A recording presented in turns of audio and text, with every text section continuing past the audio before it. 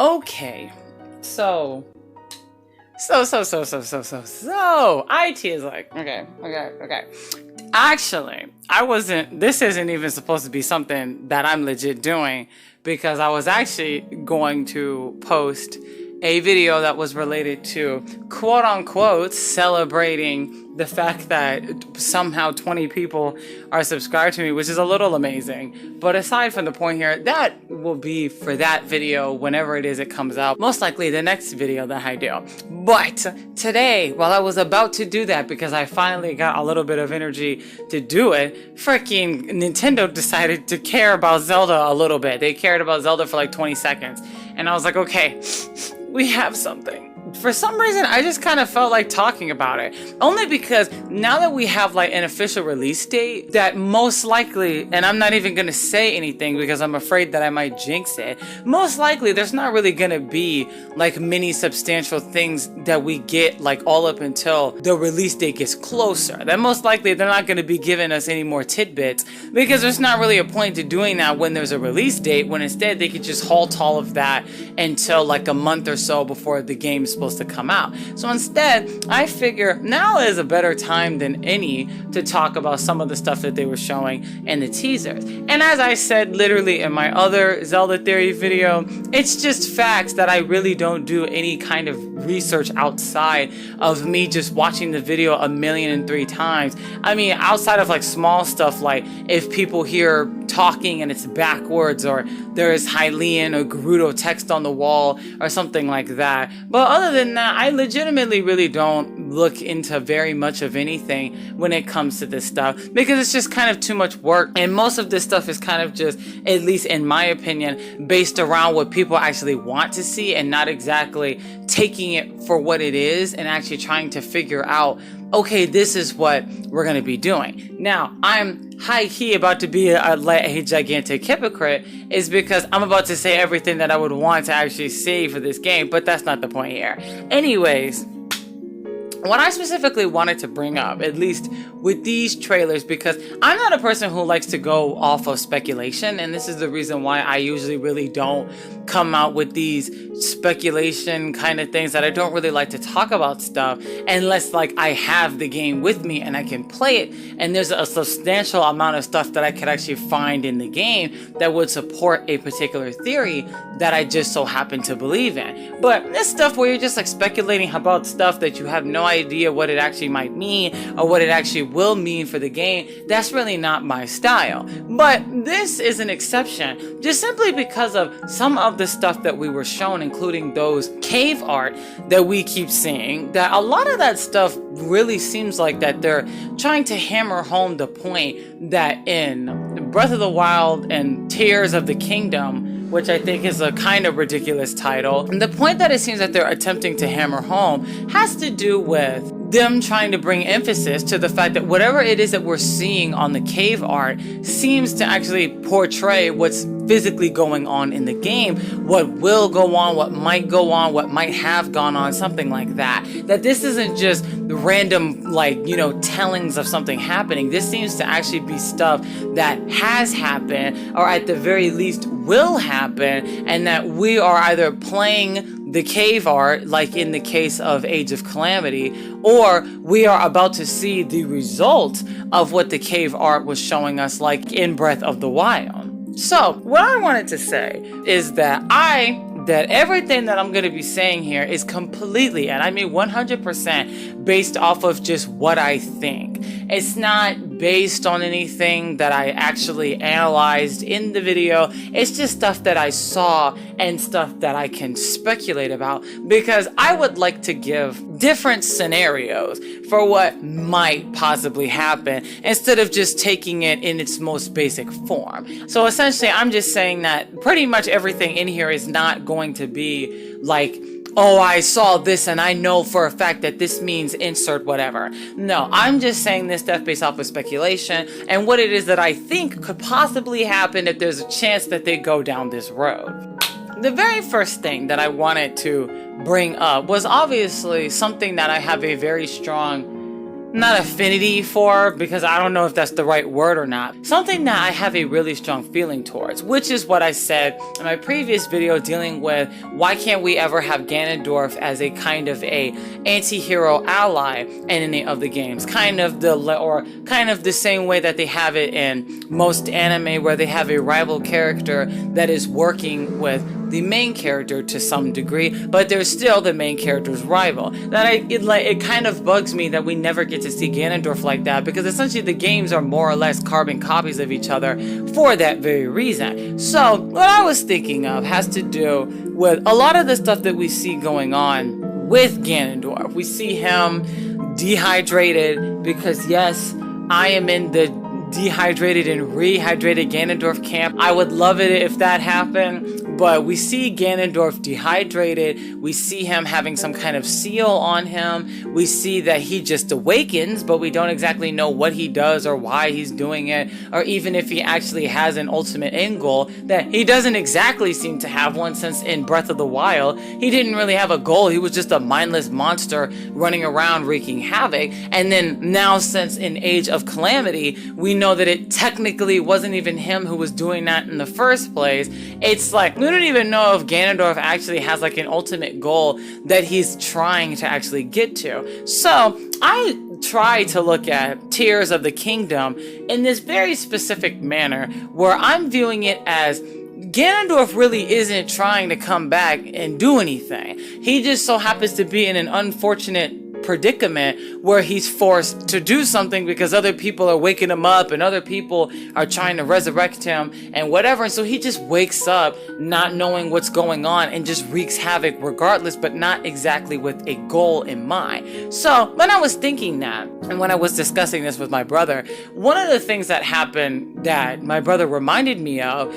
after you defeat pure hatred and malice Ganon, Zelda seals him away, at least presumably, because she has, for some reason, all three of the Triforce pieces, and she manages to seal Ganondorf away after he's been weakened by the light arrows, which you've seen in literally every other game actually does seal him away. And so I thought for a second, I said,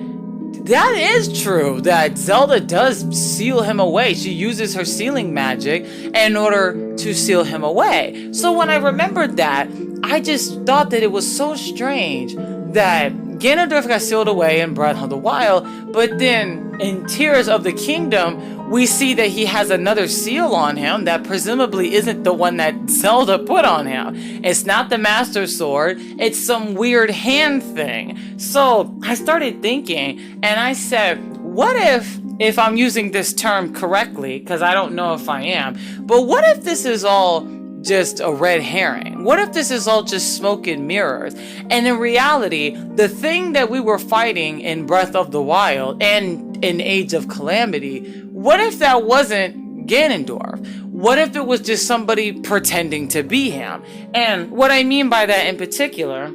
or for anybody who remembers A Link Between Worlds, one of the things that's just canon in there is Yuga somehow is able to turn into the pig beast Ganon. I'm not exactly sure how that works, and I could care less about figuring it out, but it seems to be that Yuga was able to turn himself into looking like Ganondorf. He might not have actually been him. He might have been him, but they were just fused together or something like that. But we've seen with Between Worlds that it's actually possible for Ganondorf to not actually exist, but instead for him to be inside of another person being controlled by them, or at the very least that person using Ganondorf's power to their advantage. So since I remembered that, I thought all of a sudden, I said, what if it's that Ganondorf was always sealed away? Ganondorf always had that hand thing that was sealing him away underneath wherever the heck Link and Zelda were at. That Ganondorf was always sealed away, but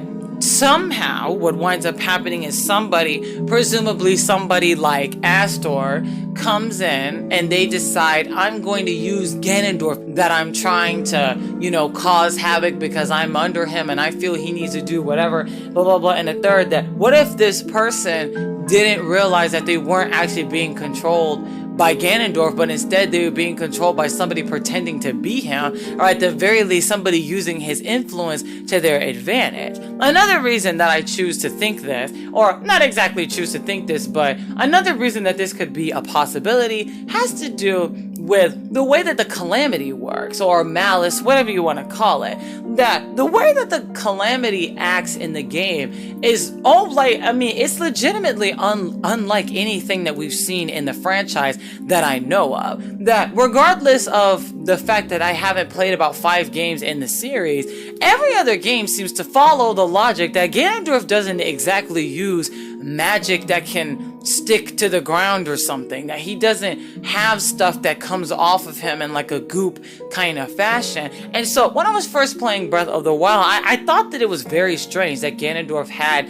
this kind of black matter or whatever, that's something that was more similar to Twilight Princess, that it looked more closely like that, something that like Zant would have, or something to where he's actually expelling some kind of energy, or something more akin to like Graham, for instance. And I just thought that it was very strange that Ganondorf all of a sudden, having been like the set in stone villain that he always is, he went through this very strange transformation in this game. And despite the fact that you could argue that, oh, it's because Ganondorf is a mindless beast who just got resurrected by some means, whether or not it was by his own volition or not, he got resurrected randomly, and so he doesn't exactly have a mind in order to control all of his energy, something kind of like Gygus from Earthbound. So in thinking that actually makes sense. That's a valid argument to that. But my counter to this, in the Oracle's games, I mean, at least to my knowledge, in the Oracle's games,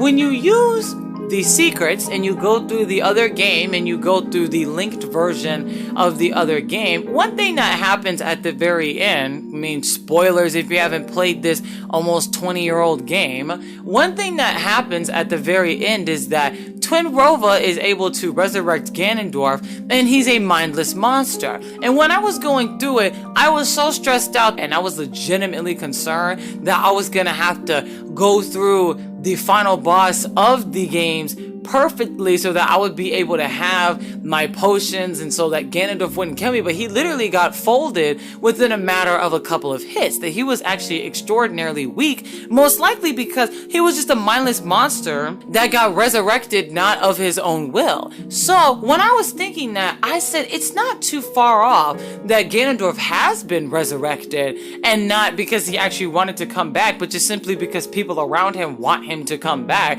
And so I thought, what if somehow people were using his essence? That what if they knew Calamity Ganon is going to come back, and Zelda has to be prepared in order to seal him away, and they have to find the sword that seals the darkness on top of all of that, because they know Ganondorf will return, that the Calamity will return. And actually, in this case, even in Breath of the Wild, they never exactly said Ganondorf. They were just always saying Calamity Ganon. They just kept saying Calamity, that nobody was exactly saying Ganondorf. Everybody was just saying Ganon or Calamity Ganon in the game. So it's not exactly like the person himself was coming back. It was more or less that just some entity that just so happened to look like a pig beast of Ganon was going to come back. So in turn, with the new trailers that we got, and that weird creature that doesn't look like anything that we've ever seen before on the cave art, I was thinking, what if the villain of this game isn't Ganondorf? Despite the fact that we did see him looking kind of evil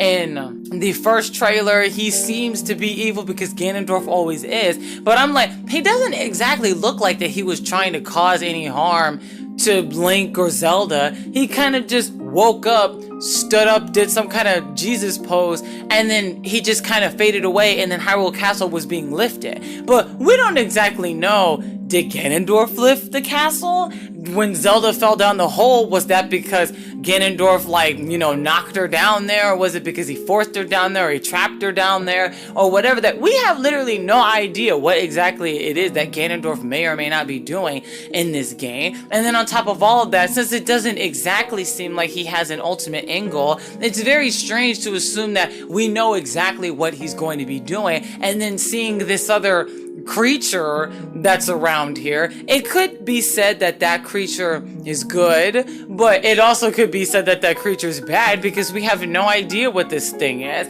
And especially if the game is being called Tears of the Kingdom, clearly this game isn't going to be something uplifting and bright and happy. This is clearly going to be a game with a very kind of a dark tone, as they even said that it was going to be. This game isn't going to be anything happy or cheerful at all. It wouldn't be too weird to assume that maybe there's multiple evils in the game. Not saying that there would be, and that would be kind of weird, but it wouldn't be too far off to say that that creature that we saw on the cave art isn't exactly good, and that maybe what it is that instead of saying, or instead of the idea that this is a creature that comes as a result of us collecting the 7 tears that we saw also along the cave art, that instead maybe that's the thing that seals that thing away because it's actually evil. Then going in tandem with that, moving on to another speculatory idea I have, Link, his little weird arm thing, and the Master Sword being broken. That all 3 of those things, at least in my head, seem to coincide with the idea that something really bad is like about to happen to Link. We like really have no idea what it might be. It could be he's just distraught at the idea that Zelda's going through some kind of turmoil, or she might presumably be deceased, which would be a first for the series, but that Link, it seems to be that there's actually some kind of real physical turmoil that he's dealing with, that there's actually something that's going on that's causing him to have some kind of grief because the Master Sword is broken. And to our knowledge, the Master Sword has yet to break to some degree because it seems that the Master Sword is the will of the hero of courage, whoever that presumably is. That the Master Sword doesn't exactly break just simply because some kind of other evil is there, because it seems to be held up by Link's own willpower. And so thinking that that's the case, and knowing that his arm is screwed up, knowing that the Master Sword seems to be broken or destroyed to some degree, there's 2 ideas with this. There's either the idea that the Master Sword is reflecting its owner, showing that Link, because he presumably has something going on with that arm thing that's happening with him, that is a sign that the person who owns the Master Sword is going through some type of problem, or presumably it has something to do with the owner's psyche or their will, that it's either defeated or is broken to some degree. And since we know Link doesn't emote very well, we can't just say, oh, well, that's not true because Link's face doesn't really show it. Link's face never really shows any emotion half the time, so we can't exactly say that that's the case, so we have no idea what it is. But I'm just proposing that is because it doesn't exactly seem like the world that we're going into is lively and it's going to be filled with, like, you know, the same kind of shenanigans where you're running into Yiga clan members who are yelling at you to help you or whatever, or you're hearing children running around. It doesn't exactly seem like the world that we're going into is happy at all. It seems like everything that's or either everything is frozen in time, or a bunch of bad stuff happened and almost everybody left, which would make a lot of sense considering that even at the very beginning, when they were showing the cave art of the moblins being surrounded by what appears to be some kind of malice, it seemed like that there were people inside of that malice. Some of them were lying on their backs and others of them were standing straight up facing them. So either they were trying to stand their ground, they were already taken over by the malice, or they're about to die and they're just showing that they're inside of the malice and they're gonna die. But presumably for that very reason, it leads me to believe that the majority of this game probably is gonna have to actually deal with some kind of existential turmoil that seems to be going on, and not just the despair because Zelda's missing, or because Zelda's not there, or because, you know, maybe Zelda's dead or something, or maybe her power isn't working anymore or something like that. That it seems like that there's some actual existential dread that seems to be going on. And then lastly, with my speculatory nonsense that I just need to get out, or else it'll literally implode my brain, that one of the things that I was thinking about for pretty much the longest time, I mean, besides Rehydrated Ganondorf, with Age of Calamity being a canon game and having played it, literally, aside from it being extraordinarily annoying in apocalyptic mode, one of the things that really got on my last nerves when I finally completed it was figuring out that essentially the game was just a big giant retcon. It bothered me for a really long time knowing that Age of Calamity was simply just a rewrite, either to get rid of Breath of the Wild as a whole or to introduce the idea of another splitting path, kind of the same way that Ocarina of Time was. And it didn't exactly bug me because it was being a copy or because it seemed like that it was being a cop-out. No, it bothered me is because it just seemed like an easy way to erase the inconsistencies that existed in Breath of the Wild. And that bugged me because I thought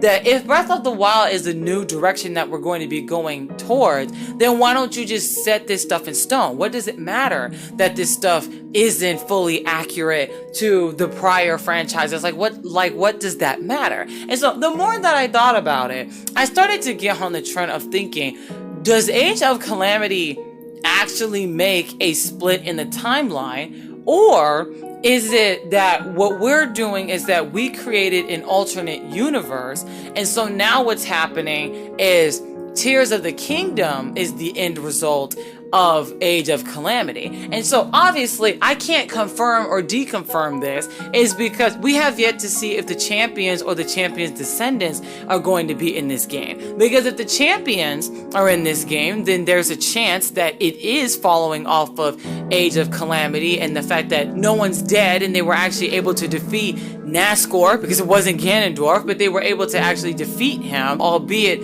it seemed like for only like a week before some more havoc began to go through. Or there's a possibility that Age of Calamity completely erased Breath of the Wild and instead is creating a new quote-unquote timeline or lineage or whatever that says that Breath of the Wild never happened, and instead all that it is that Age of Calamity happened, or the events prior to Breath of the Wild still happened, and now we have a new timeline that we're running off of. And so either way, regardless of what it is that they decide to do, the reason why that I was thinking of that is because it made me think about the possibility that because for some reason people believe that Breath of the Wild is the quote-unquote bad ending of the universe because, you know, the champions die, they wind up partially losing to Ganondorf, and Zelda is sealed away inside of Ganondorf for like 100 years or whatever. And so people consider Breath of the Wild the bad ending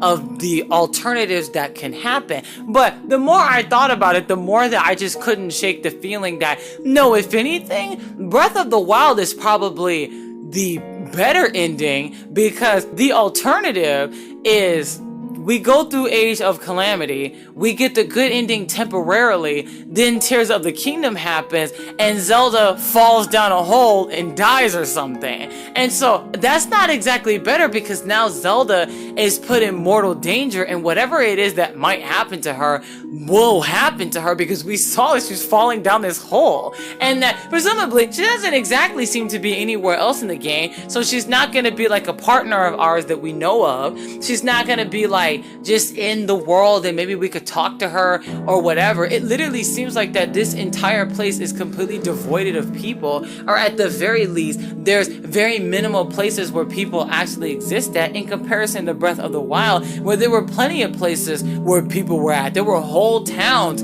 where people were at that was in relative distance to one another. In comparison,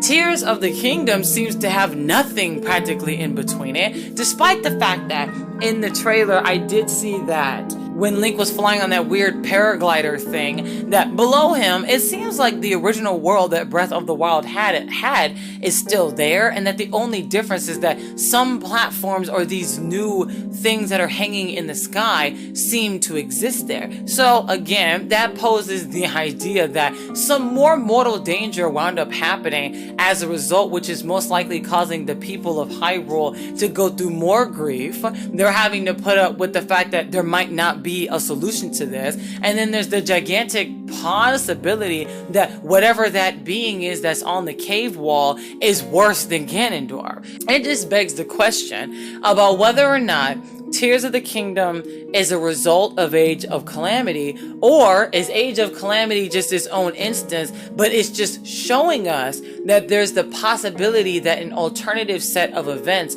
actually can exist. And so, regardless of whatever it is that they choose to do, we're definitely just gonna have to actually wait until the game comes out. Personally, I would just love it if, like, at the very least, since everything I said really is just me playing devil's advocate, the one thing that I would really love to see, and it's probably not gonna happen, is just to see that Ganondorf really isn't the villain in this game. Because it doesn't exactly seem like he is one. For some reason, there's all this methodology related around dragons all of a sudden. So a shift on focusing on this stuff related to dragons just seems like a little strange to me. Dragons of Breath of the Wild are actually attacking you, and I mean, that might just be a defense mechanism, because, you know, they might actually just be trying to defend themselves against this crazy teenager who's climbing on them, but they're actually attacking you. So I just think it's a little strange that we're turning on the focus, or dragons seem to be the most important thing in the franchise, when usually that really hasn't been the case. And so that leads me to believe that there might be some overarching evil that's not exactly Ganondorf. Maybe it's him, because he's always the villain, and it's just,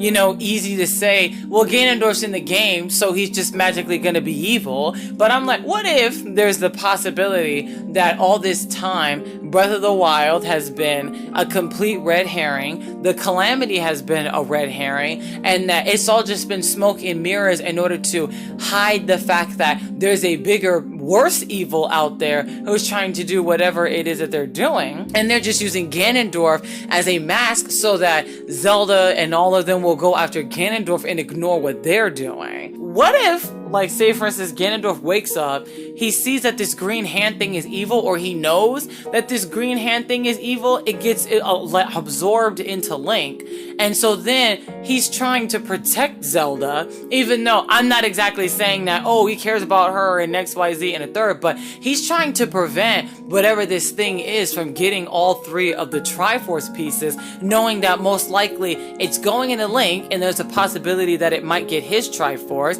It already was sealing him away, so it definitely has a chance of getting his Triforce, and so Zelda is the only person who hasn't been afflicted by whatever that green energy is, if it's presumably bad. And so in this case, I was thinking, what if Ganondorf wakes up, sees this thing is going inside of Link, and has the entire chance of getting the power and courage Triforce, and so in order to be sure that it doesn't get Zelda's Triforce, he instead knocks her down a hole so that it can't get to her or something like that, and then he kicks Link out of Hyrule Castle knowing that the green energy can't get past it, and then raises Hyrule. Now obviously, that's just speculation of my writer's brain coming in, so all of this of course is just a bunch of random speculation. It's not based on anything except for my own feelings and just ideas, and again, me playing devil's advocate, that I'm not exactly sitting here saying, oh, this is true because I have evidence. No, I have no evidence for this. This is literally just me playing devil's advocate and using my writer's brain to my advantage. But that's not the point here.